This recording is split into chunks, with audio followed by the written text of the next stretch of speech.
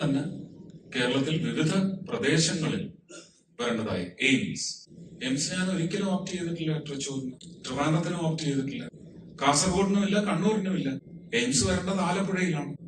ആലപ്പുഴ എന്ന് പറയുന്ന കമ്മ്യൂണിസം കൊണ്ട് മാത്രം നശിച്ച് നാറാണക്കല്ലിളകി പോയ ഒരു പ്രദേശമാണ്.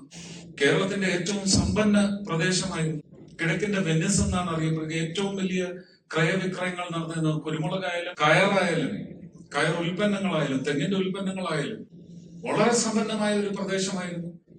എന്താണെന്ന് വിമോചന സമര നേട്ടങ്ങൾക്ക് ശേഷമുള്ള ശേഷിപ്പ് എന്താണ്?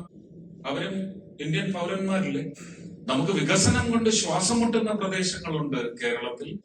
ആ ശ്വാസം മുട്ടലിന് ഒരു വലിയ ഈസിങ്ങിന് വേണ്ടി തയ്യാറെടുത്ത് നിൽക്കുന്ന വികസനം കാമിക്കുന്ന പ്രദേശങ്ങളുമുണ്ട്. ആലപ്പുഴ അങ്ങനെ ഒരു പ്രദേശം. ആലപ്പുഴ വളർന്നാലും കേരളം വളരും, മലയാളിയും വളരും. മലയാളി അങ്ങനെ